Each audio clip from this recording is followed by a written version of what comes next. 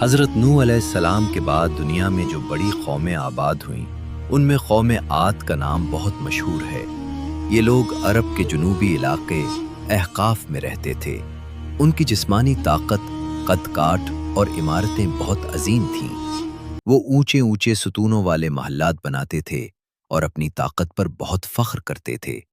कुरान में उनकी ताकत का जिक्र इस तरह आता है कि इन जैसी कौम उस जमाने में पैदा ही नहीं हुई थी, लेकिन ताकत के साथ साथ उनके अंदर गुरूर, तकब्बुर और अल्लाह की नाफरमानी भी बढ़ती गई। अल्लाह ताला ने कौम आद की हिदायत के लिए उन्हीं में से एक नेक और सच्चे इंसान हज़रत हूद अलैहिस्सलाम को नबी बनाकर भेजा। हज़रत हूद अपनी कौम में सच्चाई और अमानतदारी के लिए मशहूर थे।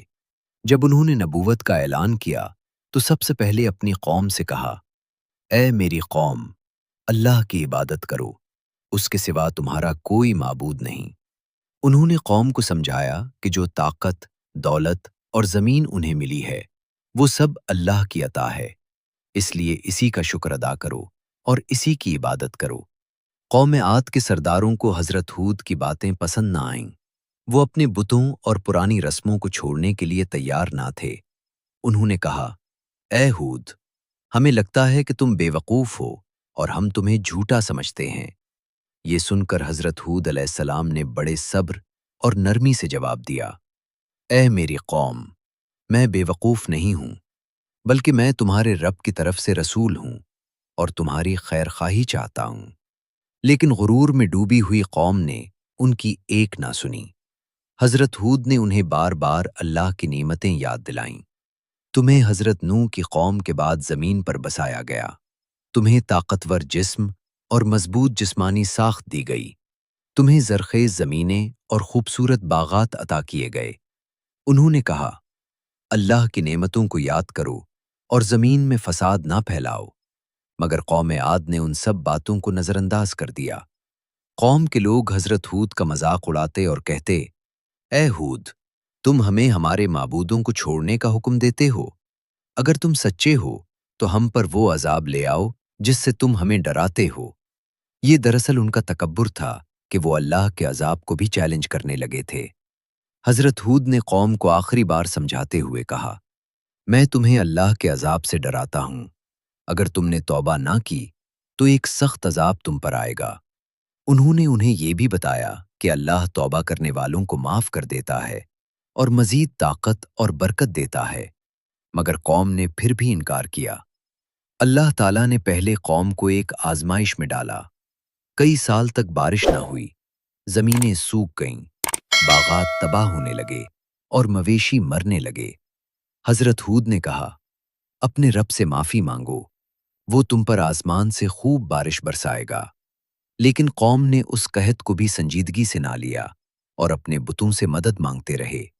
एक दिन लोगों ने देखा कि दूर आसमान पर एक बड़ा सियाह बादल उनकी तरफ आ रहा है।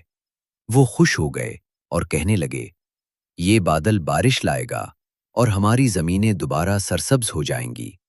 लेकिन हज़रत हूद अलैहिस्सलाम ने फरमाया, ये वही अजाब है जिसे तुम जल्दी मांग रहे थे। वो बादल दरअसल बारिश नहीं, बल्कि एक सख्त और तबाहकुन आंधी लेकर आया।